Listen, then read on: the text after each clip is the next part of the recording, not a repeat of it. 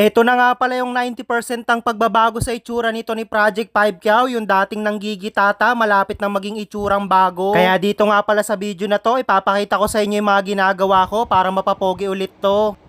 Bali, ito na nga pala yung pang day 8 ng pagpapapogi ko dito kay Project 5 Kiao, itong nabili kong napabayaan na Mio. Bali, nagsimula nga pala ako ngayong araw sa pagkakabit ng brake cable nito sa likod. Plano ko na kasing paganahin yung preno. Kaya nilagay ko na nga pala yung pinaka-clamp nito para hindi nakalaylay dito sa ilalim ng makina. At para mas lalong malinis tignan to, gagamit nga pala tayo dito ng bagong brake arm set. Kaya pagkatanggal ko ng mga adjuster nito, ipinwesto ko na nga pala yan dito sa kabitan niya. Tapos konting testing na rin kung tama lang ba yung pagkakapwesto. Nung sakto na nga pala yung adjust, ipinasok ko na nga pala yung spring, tapos dinuktong ko na dito sa dulo ng brake arm. Pininturahan ko na nga rin pala yung lumang grab bar ko rito, ititerno ko kasi sa kulay ni Project 5 Kiao, kulay puti. Kaya pagkatapos ko nga pala ang spray ng primer, sinunod ko na rin yung puti. Tapos tinuloy ko nga pala yung pagsasalpak natin ng pyesa, bali brake lever naman tong ikakabit ko. Bali bago ko nga pala nilapat yan dito, ipinasok ko muna yung brake cable, tapos nilagay ko na nga rin pala tong clamp ng switch. Yung akala kong konti na lang yung ikakabit ko na pyesa, medyo marami-rami pa pala, kaya hindi ko pala to matatapos ngayong araw. Kaya kinuha ko na nga pala yung bracket dito sa harapan para mailagay na rin natin pati yung busina. Bale yung luma pa rin nga pala yung gagamitin ko dahil okay pa naman to, hindi pa naman siya sira. Bumili na nga rin pala ako ng bagong battery dahil sira na rin yung lumang nakakabit dito. Kaya pagkalagay ko nga pala sa pwesto niyan, ikinabit ko na rin tong harness ng battery. Buti na lang meron pa ako natitirang gasolina rito, kaya sinaling ko na nga pala dito sa loob ng gas tank. Buti na lang natuyo na nga rin pala yung kinulay natin kanina na kulay puti. Bale bluish pearl white nga pala yung pinakaikukulay natin dito, kaya inispray ko na nga pala yan. Buti na lang naitabi ko pa nga pala itong mga pinagpalitan ko dati, mga okay pa naman yung condition nito. Kung napanood nyo kasi yung date nito ni Project 5 Kiao, literal na change oil kasi naging hatol ko sa panggilid. Dahil medyo matagal na nga rin pala natambak tong panggilid na to, mga pinagpalitan ko kasi to dati, nilinis ko muna bago natin isasalpak. Medyo natuyo na nga rin pala yung grasa nitong torque drive, kaya i-re-regress ko na lang. Kaya nang natapos ko na nga pala tong i-deep clean, isa-isa ko nga palang binalik yung lock niyan, tapos pinaglalagyan ko na rin ng grasa tong mga kanal. Kaya nung naayos na nga pala natin yung buong panggilid, ikinabit ko na nga pala tong gearings ng starter. Hindi na kasi natin may kakabit yan, lalo kapag inuna natin ikabit tong buong panggilid. Kaya nung nayayos ko na nga pala yung pagkakalapat, itinornilyo ko na nga pala yung pinakalock niyan. Pati nga pala yung bendix, sinunod ko na rin isalpak. Kaya tinanggal ko na nga pala sa packaging itong bagong bola na gagamitin natin. Dahil medyo malapad nga pala yung gulong na kinabit natin kay 5 Kiao, kaya straight 8 na bola yung gagamitin natin. Kaya sinalpak ko na nga pala yung pulley dito sa loob, ikinabit ko na rin yung bushing. Piniga ko na nga rin pala ng bagya yung torque drive para mas mapaganda yung sampa ng bell. Sinalpak ko na nga rin pala pati itong clutch bell. Bali pansamantagal lang muna natin gagamitin to dahil break-in pa naman yung makina ni 5 Kiao, pero kapag natapos na, magpapalit din tayo ng pulley set. Kaya nilagay ko na nga pala yung mga lock nut nito para sa susunod na video, makapag-test drive naman tayo. Sinigurado ko na nga rin pala na mahigpit yung pagkakalagay natin para iwas luwag, lalo kapag tumatakbo tayo. At dito nga pala sa punto na to, ngayon ko lang napagtanto na hindi pa nga pala dumadating yung pinaka-cover nitong panggilid. Medyo late na rin kasi nagsabi yung bibilihan ko sana, wala tuloy tayong ikakabit dito ngayon. Pero para hindi na marumihan yung loob, ikinabit ko na nga pala tong crankcase cover, saka na natin sasalpakan to ng top cover kapag may nabilihan na tayo. Kaya kinuha ko na nga pala tong tambutso, ito naman yung isasalpak natin ngayon. Nung una nga pala akala ko sablay tong nabili ko dahil medyo malayo talaga yung fittings. Yung pala sablay lang talaga yung pagkakalagay ko, kaya hindi ko maisentro. Kaya isa-isa ko muna nga pala kinabit, tapos nung napit ko na ng maayos, saka ako pinaghihigpitan yung mga tornilyo. Bali didokto nga pala to, kaya meron na rin kasamang spring, yan naman yung sunod na ikinabit ko. Medyo hindi nga pala ganun kakapalan yung spring, kaya madali lang hatakin papunta dito sa kabilang dulo. Bali power pipe nga pala to ikinabit natin para kahit papano meron dagdag performance. Para na rin iwas paso tayo, kinabitan ko nga pala to ng heat guard, kasama rin naman kasi to dito sa packaging niya. At dahil medyo mainit nga pala ngayong araw, halos ilang oras lang nakalipas, natuyo na nga pala tong grab bar. Medyo mahirap din kasi buhatin tong motor, lalo kapag walang hawakan. Bali ginamitan ko nga pala to ng CNC na yayabangin para lalong mas malinis tignan. Tapos sunod ko nga palang ginawa, binaklas ko nga pala tong bracket ng upuan na nakakabit dito sa U-box. Hindi rin kasi ako nakabili nito, ngayon ko lang naalala kung kailang ikakabit ko na. Medyo makapal na upuan nga pala ilalagay natin dahil ito talaga madalas ginagamit sa mga Indo concept. Sa sobrang kapal ng foam nito, literal na hindi basta sasakit yung puwet mo dahil komportable rin sa upuan. Nakabili na nga rin pala ako ng orig na cover ng pito, bali Yamaha brand nga pala to. At dito nga pala sa pagbubukay Project 5 Kiao, ngayon ko lang nalaman na nagbebenta pala ang Yamaha ng mga accessories. At ito nga pala yung pyesa na halos 2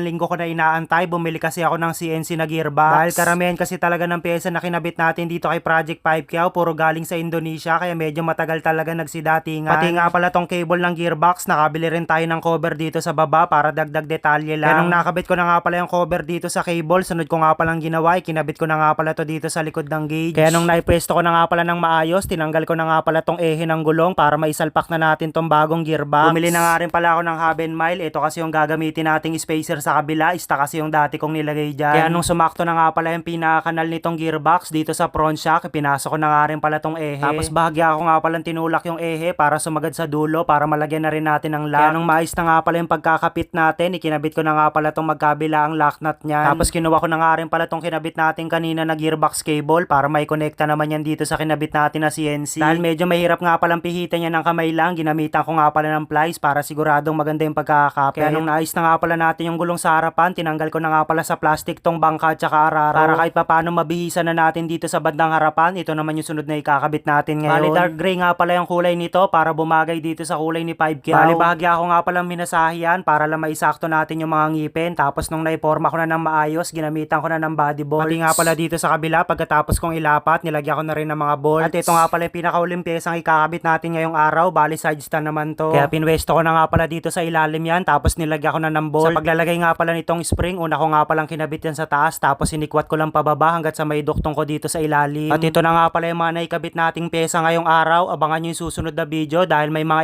ilang pyesa pa tayong isasalpak dito kay 5Kyaw. So yun na nga, mag-update muna tayo ng mga natapos nating gawin para dito ngayon sa day 8 nito ni Project 5Kyaw. So dapat ngayong araw, kukumpletuhin ko na sanang ilagay yung mga pyesang kailangan natin. Ang problema, medyo kinapos tayo sa araw dahil hinapon na tayo.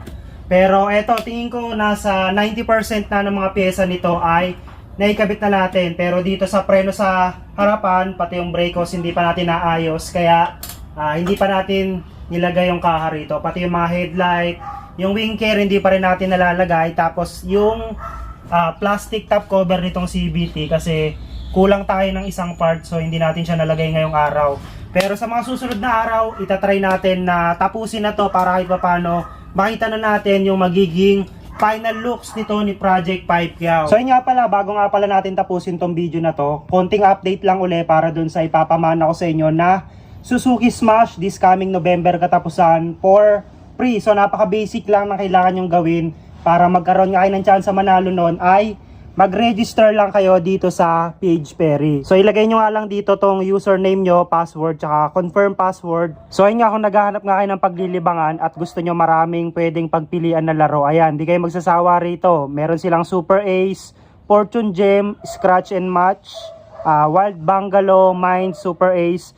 Pero ito yung madalas na nilalaro natin dito, itong Super Ace. Papakita ko sa inyo kung paano tumama dito. So sa ngayon nga pala, meron tayo dito 282 pesos. Try nating magbet ng kahit kahit 30 pesos lang, tapos mag auto spin na lang tayo. So ayun, unang panalo natin 24 pesos. Ayun, 24 pesos uli. 6. Ayun, 4.5. Ayun, 9. So ayun, meron tayong libreng 10 spin na nakuha. Check natin kung mananalo tayo dito. 72 pesos. 72 pesos uli. 144. So sa ngayon nga pala, ito yung napanalunan natin. Almost nasa 2,124. So ayun nga, para magkaroon kayo ng chance na mapamanahan ng Suzuki Smash natin. Kapag tapos nyo mag-register, lapag nyo lang sa baba yung SS. Then, abang lang kayo sa live natin this coming November katapusan. Right?